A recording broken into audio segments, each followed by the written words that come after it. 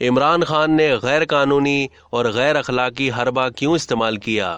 عمران شاطر چالاک انسان جنرل حمید گل کو پارٹی سے کیوں نکالا؟ خان صاحب کی حقیقت۔ سلیم صافی نے اپنے کالم میں آخر کار ان سوالات کے جواب دے ڈالے کہ آخر ان کی تنقید کا زیادہ رخ عمران خان کی طرف کیوں رہا، اور جواب میں عمران خان نے میرے خلاف ہر غیر قانونی اور غیر اخلاقی حربہ کیوں استعمال کیا۔ سلیم صافی نے اس کی وجہ بتائی کہ میرے نزدیک ایک صحافی کی بنیادی ڈیوٹی یہ ہے کہ وہ جو فرد، جو ادارہ یا جو لیڈر جیسا ہے ویسا قوم کے سامنے لے کر آئے۔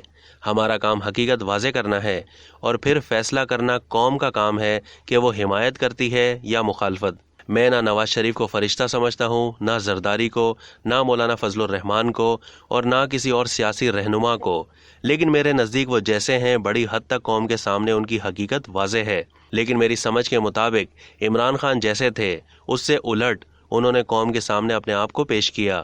میری خوش قسمتی یا بدقسمتی تھی کہ میرے دور طالب علمی میں جب عمران خان سیاست کے میدان میں آ رہے تھے ان کو قریب سے دیکھنے کا موقع ملا، اور اس کے نتیجے میں نے کچھ نتائج اخذ کیے۔ مثلا لوگ انہیں سیدھا سادہ اور کھرا انسان سمجھتے رہے، لیکن جب وہ سیاست شروع کر رہے تھے تو مجھے اس وقت اندازہ ہوا کہ وہ انتہائی شاطر اور چالاک انسان ہیں۔ لوگوں کے سامنے شوکت خانم کو بنیاد بنا کر یہ باور کراتے رہے کہ وہ نہایت صاحب دل انسان ہیں، لیکن مجھے اس وقت یقین ہو گیا تھا کہ وہ سراپا دماغ ہیں اور ان کے پاس دل نہیں ہے۔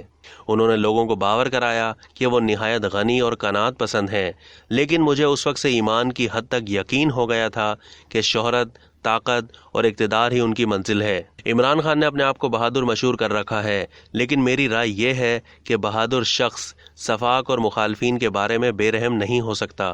سلیم صافی کہتے ہیں کہ میری سوچ یہ ہے کہ اگر ایک انسان اپنے خاندان اور اپنے دوستوں کا وفادار نہیں تو آگے جا کر اپنی قوم اور ملک سے بھی وفا نہیں نبھا سکتا، کیونکہ انسان وفادار ہوتا ہے یا بے وفا، اور میں دیکھتا رہا کہ وہ کسی کے ساتھ وفاداری نہیں کرتے۔